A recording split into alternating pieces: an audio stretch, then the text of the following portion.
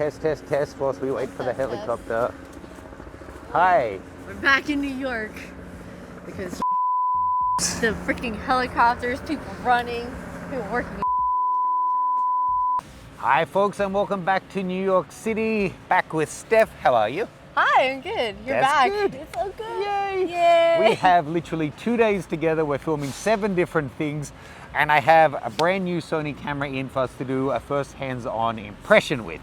Now, you might have seen over the past year, Steph and I, well, I've been teaching Steph photography for Educating Steph, new 8.5-hour course that you can check out. We go through all the fundamentals, equipment, different styles of shooting. She did really, really well. So that reason, and that Sony, and Steph is also a Sony shooter, we're both going to test this one out and give you our feedback on it. So have a little look around it. Got it. There's so many new things added to this guy, but kind of the top lines, Sony tend to, so one of them is the new screen. So you can flip it around, but you can also tilt it in this way. So it's got lots of movements, tilty, flippy action going on. That's one of the things, but Sony tends to do, like every second generation they change the sensor, and then it's a big marketing blitz if it's got new frames per second and maybe a new battery, blah, blah, blah. This one is kind of the smaller step. It's got the same sensor as before, but it's actually improved some things that I think could make it the ultimate portrait camera. It's got an improved processor, which kind of sounds meh in terms of marketing, but the 4, whilst great and produce a great image quality, if you took a big burst of shots, it would lock up and take forever to clear the shots and process it. So if this is doing that faster, that'll be great. It's also got new AI learning autofocus that they say is even better than their old subject detection. That basically, it's seeing more than just detecting where the face and eye are. It can kind of visualize a wireframe of you as you're walking, and it should be predictive. And it should help for when you like disappear from frame to move to the right part of your head and all of that kind of thing. Yeah, so the autofocus should over time improve as the AI inside your camera learns what you like to shoot and gets better. So essentially in this video, because we thank you to B&H Photo for sending it out, we essentially only have a day to test it, but I've got another one going to Hong Kong that I'll do full testing. Let me know what you'd like to see. We're going to just test it as in not comparing it to other cameras, not looking at every new feature, just first impressions, how is it to shoot with? So you can shoot around the park, shoot me, shoot the park, I'll do the same, and then we'll give you our feedback on things we found strange, things we found great, how's the ergonomics, how's the image quality, that kind of thing. So a nice little simple one. Apologies, we're in Manhattan, so there's going to be construction and trucks and planes and ambulances going past. You're back.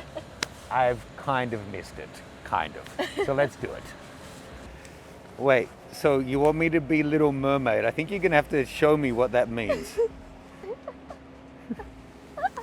So butt in the air. And then you push on your hands. There you go. Oh, but the rock is not flat. Having asked you to do so much stupid shit, I have to do whatever you ask. It's only fair. You ready? Yep, ready. So what I want to know now, it's actually kind of majestic. You didn't even get all my legs. Why did I have to be doing all that? I needed your butt down on the rock. I mean, your hip to the rock though. Okay, so now that we've done that test, tell me, what were your impressions of the camera? Oh, yeah. I mean, continuous shooting was really quick, and it actually loaded the photos pretty fast too. So I could have just kept shooting. What do you think of the model? A1 steak sauce. Oh, wait. You know what? We'll just go full Disney, and like you've seen The Lion King, right? Yeah. With like he like holds up Simba. You think you can do that on the Show me the pose again. So he's like presenting it to the people. Yeah. I guess, yeah, use your bag. It's a circle of love.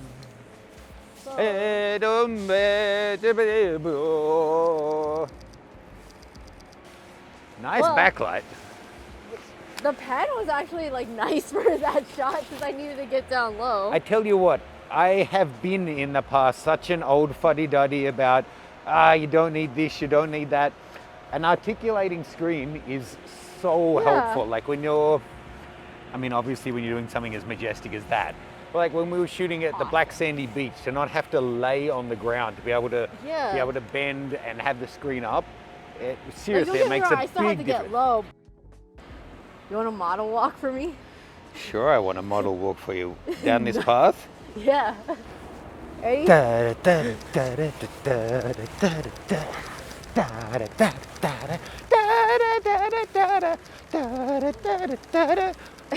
That was uncomfortable. I mean, if this photography thing doesn't work out, I'm Now, Steph did really well learning all the fundamentals of photography, and she was really familiar with the cameras we were using in that course. But for anyone, picking up a brand new camera and then being expected to review it is a bit of a challenge. So on these shots, she actually didn't have continuous focus on, and you can see as I got closer to the camera, I got more out of focus. The Educating Steph course runs through all the key things you need to understand your camera and how to compose, expose, and capture great shots in a range of genres. I gave Steph targeted challenges in street photography, landscape, portraiture, bird photography, and boudoir. And you get to join her in the challenges in real time. The course is designed for anyone wanting to master their camera, also for those wanting to learn how to teach their friends. You can check it out at the link in the description below.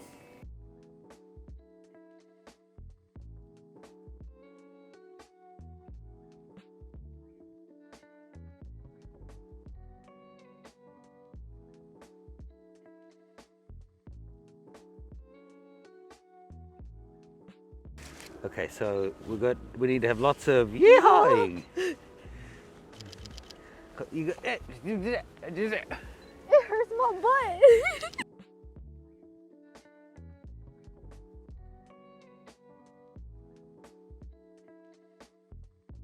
Wow, see how my camera reviews change when we do them together? For the better, obviously for the better. I was gonna say nobody's gonna like this. I have a feeling they will. Would you guys like this? Hit the thumbs up if you like it. Even if you didn't. If you don't like it, just keep watching. Don't do anything. The same leaves. Maximum effort. Yeah. That one kind of clumps. Wow, that was special. Was it? Yeah. Wow, it's so seasonal. Ooh, fall. Where's my pumpkin spice something or other?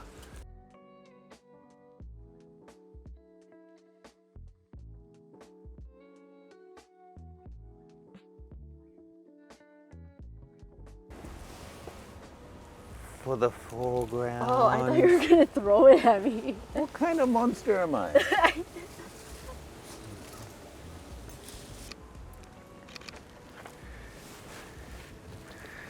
No, they're blowing it away. Oh no! Hi, hi.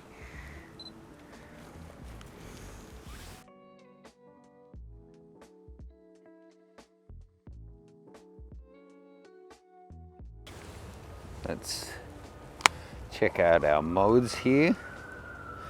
Recognition target, animal, bird. No, animal. No, still can't pick him out. Oh, got one there by chance. Hey, cheeky boy.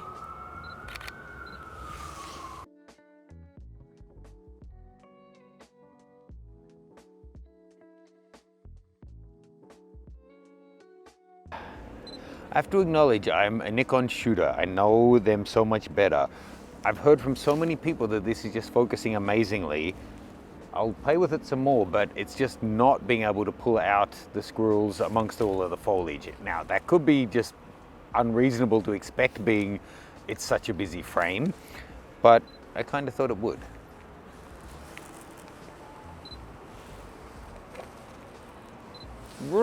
As soon as I get the camera out. So we ran out of time at the park. That's actually a lie. I ran out of energy. I'm still a bit jet lagged. But I wanted to see how this guy is going to focus in low light.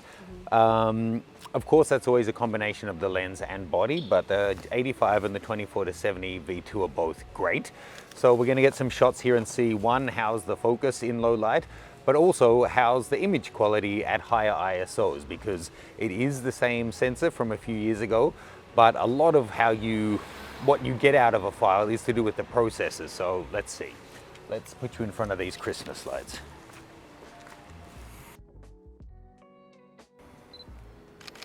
Okay, so it is fine, but noticeably slowed down here in the low light, but you would expect that.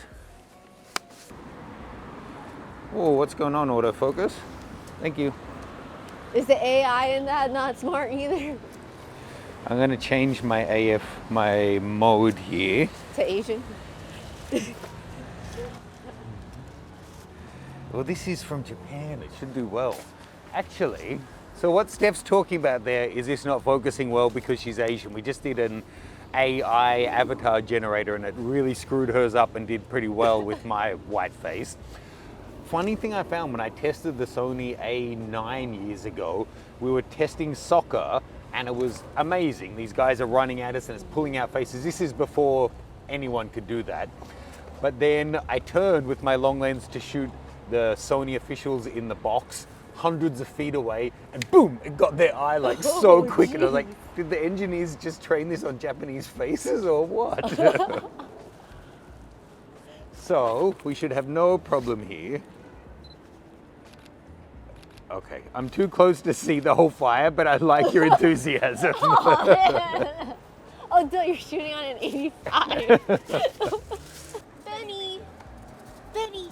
Hi, Benny! Hi, Benny! Oh, wow! Okay, enjoy your walk. Thank you. Oh, It's just walking and it's like, bam! Whoa! Now we have to acknowledge that this is about a 3-year-old sensor at this point and it's super high res, so I wouldn't be expecting the best ISO performance out of this.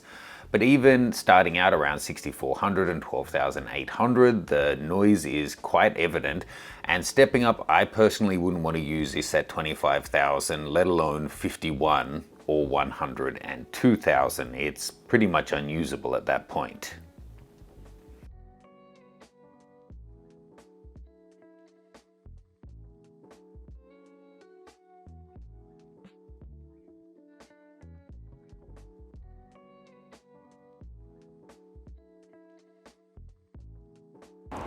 It has been so great being back in New York City and filming with Steph, fighting the traffic and all of that kind of thing to get clean shots. I hope you've enjoyed it too.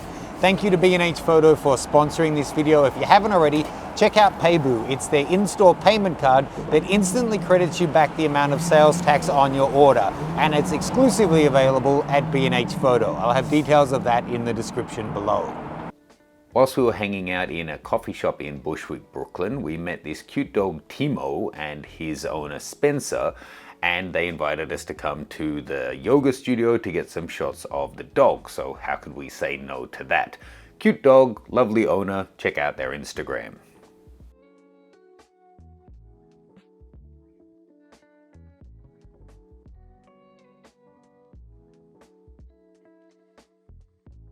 So we had an awesome day in the end. We were able to test this out over 2 days, pets, Steph, low light. How did you find the handling? I think at one point you said it was quite chunky. Yeah, it was kind of like big for my hand personally, but I'm also like small. Yeah. But I'm used to other like Sonys, so it's like a little slimmer. So I have to give, I'm consistent, but I don't want to just bang on the same points again or being critical about Sony. But if you compare this to generation 1, 3, 5, the body has grown really noticeably. And for me, overall, I think it's better. But now when you're using a big lens, getting space for my fat fingers is a bit of a challenge. But overall, I prefer the ergonomics on this. The rear screen and its mechanism is great. The EVF is also lovely. The autofocus has definitely noticeably improved for people and animals. But I have to say, and this is after really brief testing, In low light, it dropped away a lot, which surprised me in terms of focus acquisition and its ability to track, even using 1.4 and 2.8 lenses. So I do have plans to test this one out further in Hong Kong, so let me know what you would like to see tested. I'm thinking to maybe do a side-by-side focus tracking test with the Z9 and see how it stacks up to that. But overall, a really great portrait camera, the most developed ecosystem of lenses, definitely the best in the R range. If I were going to buy one today, this would be the camera. Just keep in mind that if you want to get the most out of the performance, you're going to want to, despite the new processor, be using CF Express A cards, and they're hideously expensive per megabyte. So keep that in mind. Let me know what you'd like to see in the next video. Check out the files below. Thank you so much, Steph. Yeah, no problem. It's fun playing with it. And thanks again to B&H Camera for sending this one out. If you haven't already, check out Educating Steph. Links for that are in the description below. Ciao. Bye, guys.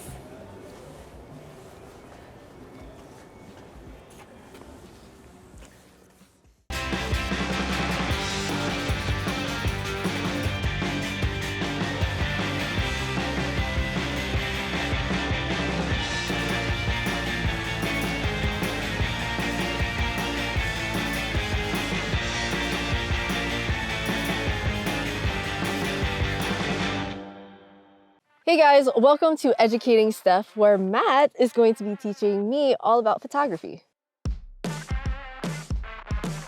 Now, whether you're a beginner photographer or looking to brush up on your existing skills and take it to the next level, this course has so much to offer. We break down all the fundamentals into small bite-sized pieces and give you practical exercises you can do around the home or in your backyard without any special equipment to be able to really reinforce the learnings. Then we bring it all together with a series of on-location challenges, such as street photography,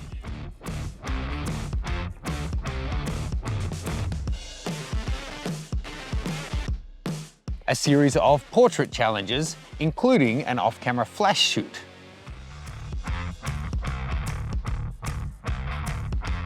We also head to Iceland and do bird photography.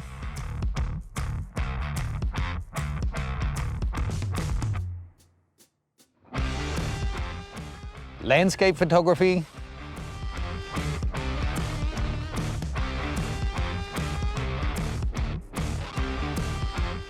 And a full boudoir shoot.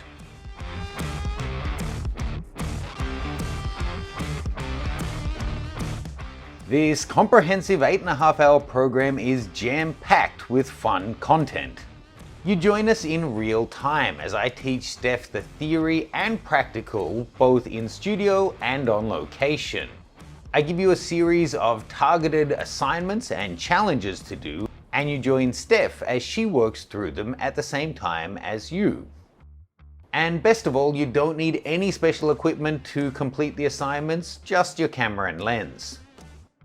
This course is great for anyone who wants to learn photography that could follow along with me, or for those that are teaching their friends photography, you guys could follow along with Matt because he is a great teacher. Thank you. It is a different skill, knowing how to do something as opposed to knowing how to teach something. So breaking it down into small steps, giving lots of exercises along the way that reinforce the learnings, it really will, I think, help those wanting to start out in photography or take their photography up to the next level, as well as those who want to learn how to teach others, just as Steph said. The course is now live. So join Steph and I, take your photography to the next level, or learn how to become a teacher. All the info is below. If you have any questions, get in touch with me via the contact form.